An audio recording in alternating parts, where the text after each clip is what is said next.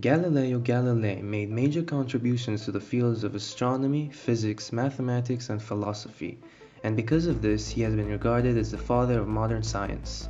He successfully backed the Copernicus theory of heliocentrism and was the first person to discover Jupiter and its moons. To understand how this man has achieved this prestigious title, we have to go back to his early life and his vision of understanding the world around him.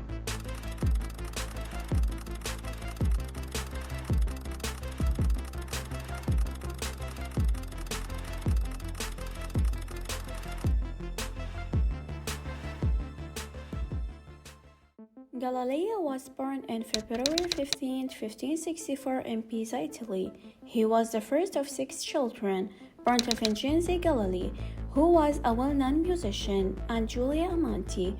From an early age, Galileo had the mindset of a tinkerer. He would always question everything around him, how was it made and who made it. A famous example of Galileo's drive to question everything was disproving Aristotle's theory of gravity. Galileo went up the Tower of Pisa and conducted an experiment where he dropped 2 objects of different weights at the same height. The result was that both objects hit the ground at the same time, opposing Aristotle's theory, where the heavier mass would land sooner. In 1581, Galileo was enrolled at the University of Pisa to study medicine by his father. He never took great interest in his medical studies. Rather, instead, his interests were more inclined towards mathematics and philosophy. He left Pisa in 1585 without attaining his medical degree, and instead started teaching mathematics in Florence and later in Siena. After his status increased, in 1588 he was invited to the Academy in Florence to give a lecture and soon got appointed to chair of mathematics at the University of Pisa, where he once studied in. In 1591, however, Galileo was struggling financially as his father passed away, so he moved to Padua and started teaching mathematics at the University of Padua, where his salary was 3 times that in Pisa. He went in from making 60 florins per year to making 180 florins per year. While in Padua, Galileo was exposed to Ptolemy's geocentric theory. Under his theory, all planets in the universe revolve around the Earth. He accepted this theory at the time, however, would later face major backlash by the Holy Roman Church for his opposition to it. In 1609, Galileo heard about a spyglass invented by Dutch spectacle maker Hans Lippershey. This spyglass could make distant objects magnify 3 times, appearing nearer and larger. Galileo grew interested in the capabilities of this spyglass and began constructing his own version using his practical mathematical skills.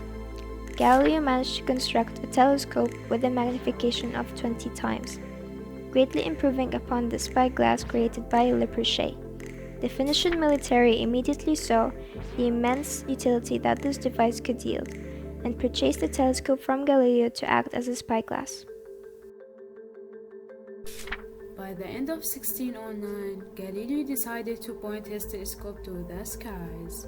The discoveries he made would change everything the world knew and believed in forever. Galileo saw that the moon had a rough and irregular shape. This contradicted the Holy Roman Church's belief that the moon was a perfect sphere. Galileo was also the first to discover the planet Venus. He analyzed this planet day after day and drew his findings. He found out that Venus had phases just like those of the moon.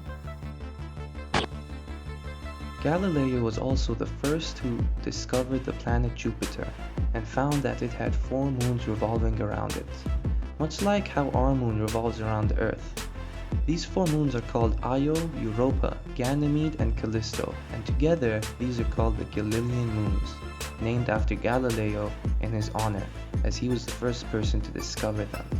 Interestingly, one of Jupiter's moons, Ganymede, is larger than Mercury, and the largest moon in our solar system. Io, Europa, and Callisto are larger than Pluto.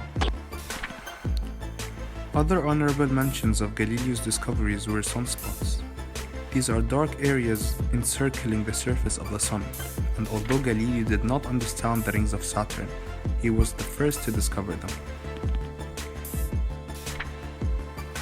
All these discoveries were evidence that it is simply not possible for Earth to be the center of the universe, and that it had to be the Sun instead.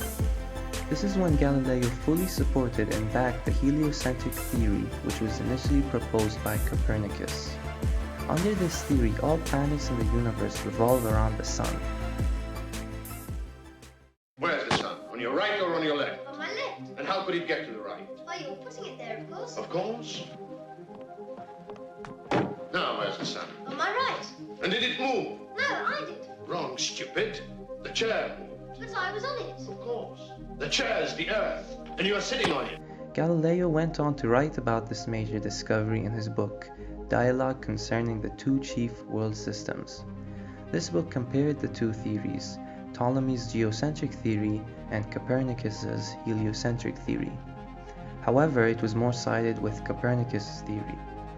This caught the attention of the Holy Roman Church, as it opposed their belief in the Earth being the center of the universe. You are aware that your proposition that there are stars revolving round some center other than the Earth, that there is nothing holding the universe up, is in contradiction to the wisdom of the ages. Yes. Galileo Galilei was put on trial and had to face the Holy Roman Church. He was obliged to abandon his belief in heliocentrism in favor of the Church's geocentrism. The Church threatened had he not, he would risk being sent to the torture chambers. Galileo complied in order to avoid a miserable death. However, despite this, he still published the book. The church caught on with what he did, accused him of heresy, and sentenced him to house arrest, where he spent the final years until his death in 1642. Today, Galileo is honored throughout the globe. NASA sent a space probe called Galileo into orbit to study Jupiter in his honor. After over 400 years of constant development to the telescope, we can now explore the world around us in extraordinary detail like never before. Giant doors 8 stories high slide apart. These twin eyes are preparing to look into deepest space. They belong to the Large Binocular Telescope. It is one of the most powerful telescopes on Earth. 600 tons of machinery turn the mirrors to look more than 13 billion light years away, to the very edges of the visible universe.